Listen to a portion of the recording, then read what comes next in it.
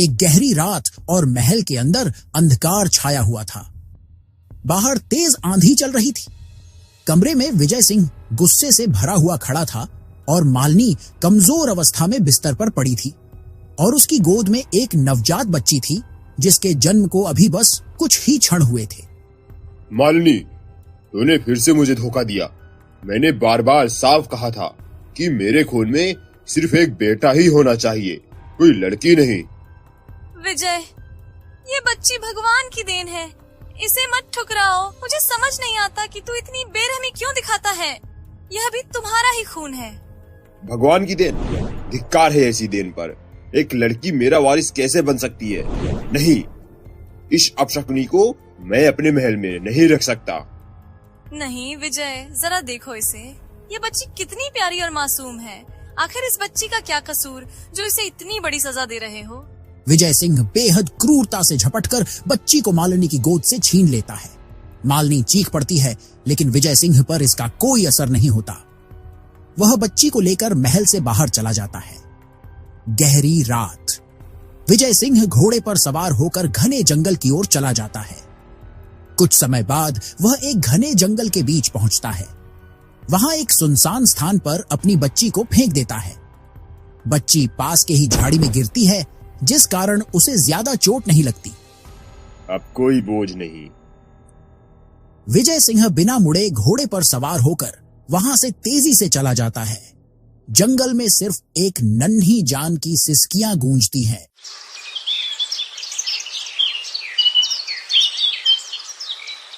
सुबह गांव का एक साधारण किसान रघु काका और उनकी पत्नी गंगा अपने खेतों से लौटते हुए उस अजनबी स्थान से गुजर रहे थे। अचानक उन्हें एक हल्की सी रोने की आवाज सुनाई थी। हे भगवान, यह रोने की आवाज कहां से आ रही है? तभी गंगा की नजर पास में पड़ी हुई उस नवजात बच्ची पर गई। गंगा अपने आप को रोक न सकी और उसी क्षण उस बच्ची को अपनी गोद में उठा लेती है। उसकी आंखों में ममता उमड़ पड़ती है। रघु, जरा इस बच्ची को देखो, ये कितनी प्यारी और मासूम है। पता नहीं इसे यहाँ कौन छोड़ गया। मुझे तो लगता है कि भगवान ने इसे हम लोगों के पास भेजा है। इसे भगवान का तोहफा मानकर हमें इस बच्ची को अपना लेना चाहिए। लेकिन गंगा, हमारे पास रोज का भरपेट खाना जुटा पाना भी मुश्किल है। अगर हम इसे पालेंगे तो हमारी अपनी जिंदगी पर क्या असर पड़ेगा?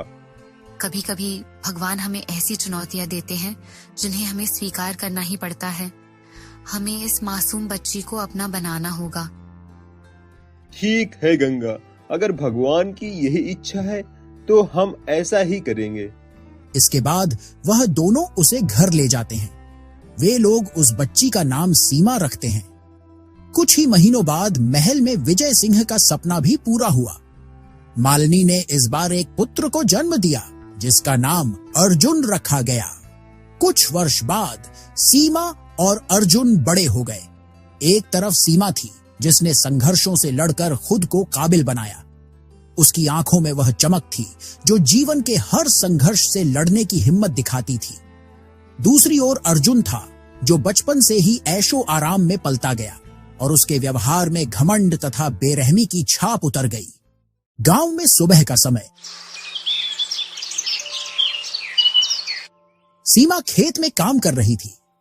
उसके माथे पर पसीना चमक रहा था, लेकिन उसके चेहरे पर संतोष था। सीमा बेटा, आज तो सूरज से भी पहले खेत में आ गई। आखिर क्यों इतनी मेहनत करती हो? अरे काका, मेहनत से ही तो इंसान अपनी तकदीर बदलता है। उन लोगों के पास में ही गंगा काकी भी खड़ी होकर उन्हें देख रही थी। बेटी, थोड़ा आराम भी कर लिया करो। सीमा इसी तरह अपने छोटे से परिवार में रहकर भी संतुष्ट थी। वह हर दिन रघु काका और गंगा की मदद करती और अपने भविष्य के सपने संजोती।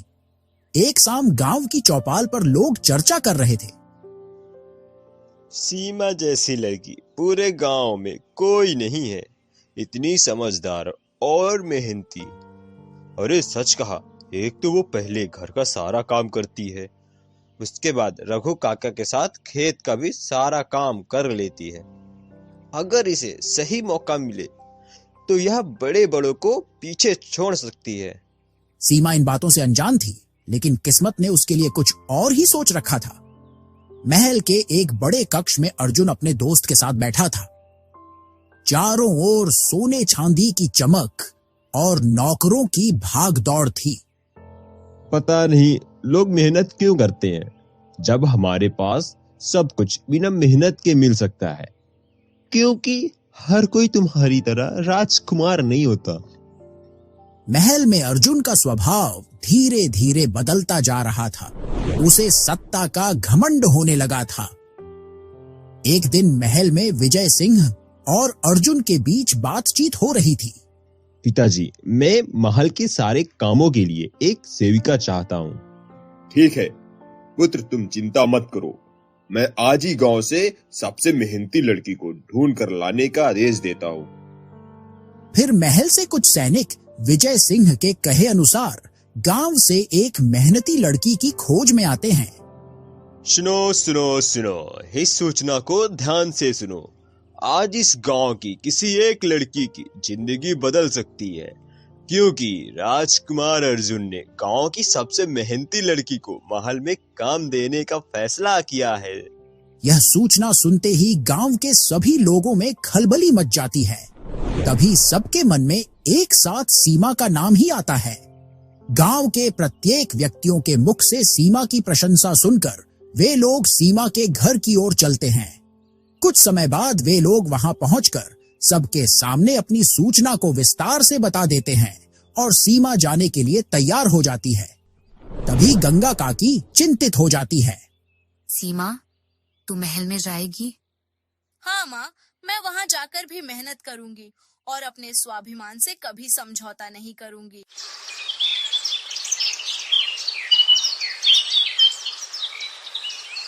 अगले दिन सीमा महल में आ जाती है। राजकुमार आ रहे हैं, आंखें नीचे रखो। तो तुम हो वह गांव की लड़की जिसको सब लोग बहुत मेहनती मानते हैं। हाँ राजकुमार। देखते हैं तुम्हारी मेहनत मेरे इस राजमहल में कब तक चल पाती है। इसका मतलब मुझे यहाँ खुद को साबित करना होगा। उस दिन के बाद से अर्जुन जानबूझकर सीमा को कठिन से कठिन काम देता है। यह फर्श ठीक से साफ करो। ये इतनी चमकनी चाहिए कि मैं खुद को इसमें देख सकूं। सीमा बिना कुछ जवाब दिए काम में लग जाती है।